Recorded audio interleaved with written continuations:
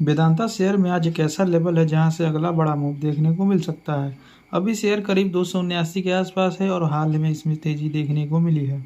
लेकिन सवाल यह है, क्या वेदांता अब 285 के ऊपर ब्रेकआउट देकर 315 और उसके बाद 350 360 की तरफ जा सकता है, या फिर 285 के आसपास रेजिस्टेंस मिलने के बाद शेयर दोबारा 260 250 के सपोर्ट जोन में आ सकता है।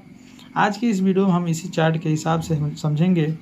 तो चलिए वीडियो को शुरू करते हैं। सबसे पहले हम लोग बड़ी तस्वीर देखने के लिए मंथली चार्ट को देख लेते हैं।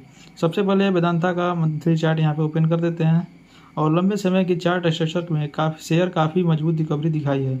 एक समय वेदांता करीब 20 से 25 के आसपास के लेवल पर था, लेकिन उसके बाद लगातार हायर लेवल बनाते हुए शेयर ने 100, 150, 200 और फिर 300 के ऊपर का सफ़र तय किया है। हाल में शेयर ने लगभग 360 के आसपास हाई बनाया और उसके बाद प्रॉफिट बुकिंग देखने को मिली।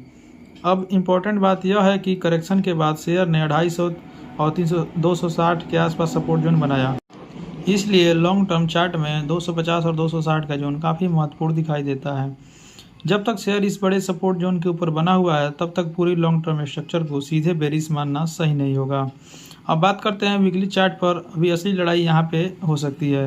वीकली चार्ट पर आते हैं तो यहाँ हम साफ देख सकते हैं कि 360 के आसपास हाई बनाने के बाद शेयर में करेक्शन आया है और करेक्शन के दौरान एक डिसेंडिंग ट्रेंड लाइन भी बनी थी। लेकिन अब शेयर उस गिरावट के बाद वापस रिकवरी कर रहा है और फिलहाल 279 के आसपास ट्रेड कर रहा है।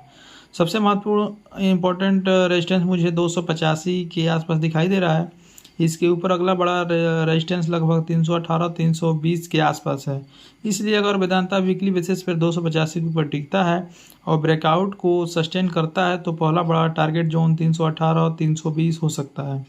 और अगर मोमेंटम मजबूत रहता है तो उसके बाद 350 और 360 का प्रीवियस हायर जोन फिर से चर्चा में आ सकता है। अब बात करते हैं दोस्तों डेली चार्ट की। यहाँ शॉर्ट टर्म सेटअप आप लोग बना सकते हैं। तो यहाँ पे डेली चार्ट में शेयर ने लगभग 250 260 के आसपास से रिकवरी दिखाई है और इसके बाद प्राइस ने ऊपर की तरफ मूव किया और फिर 279 के आसपास है, लेकिन ऊपर 285 के आसपास रेजिस्टेंस मौजूद है। इसलिए यहाँ सीधे यह कहना कि ब्रेकआउट हो ही जाएगा सही नहीं है। कन्फर्मेशन जरूरी है। अगर शेयर 285 के ऊपर स्ट्रॉन्ग कैंडल के साथ ब्रेकआउट देता है और उसके बाद ऊपर सस्टेन करता है तो 300 के साइकोलॉजिकल लेवल के बाद 318 320 का अगला बड़ा इंपॉर्टेंट जोन हो सकता है। तो वहीं दूसरी तरफ अगर 285 के आसपास रिजेक्शन मिलता है और प्राइस वापस नीचे आता है तो सबसे पहले 260 250 सपोर्ट जोन पर नज़र रखनी चाहिए।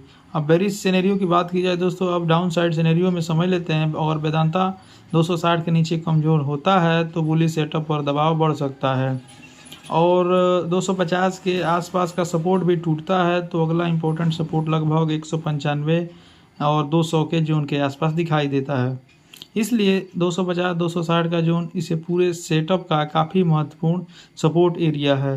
अगर फाइनल व्यू की हमारी बात की जाए तो दोस्तों वेदांता शेयर में फ़िलहाल 3 लेवल सबसे ज़्यादा इंपॉर्टेंट है। पहला 285 के ब्रेकआउट लेवल और दूसरा 260 250 का मेजर सपोर्ट जोन और ऊपर की तरफ ब्रेकआउट के बाद 318 320 उसके बाद 350 360 का जोन नज़र आता है।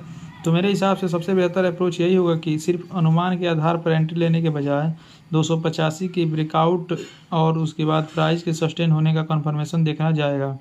अगर ब्रेकआउट मिलता है तो अपसाइड लेवल्स खुल सकते हैं, लेकिन अगर रेजिस्टेंस रिजेक्शन मिलता है तो 260 250 का सपोर्ट ज़्यादा इंपॉर्टेंट हो जाएगा। ध्यान रखें दोस्तों, यह केवल टेक्निकल चार्ट एनालिसिस है, कोई बाई या सेल रिकमेंडेशन नहीं है।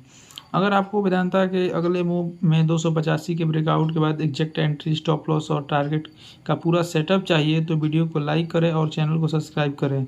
मिलते हैं दोस्तों अगले एनालिसिस में, तब तक के लिए बहुत बहुत धन्यवाद।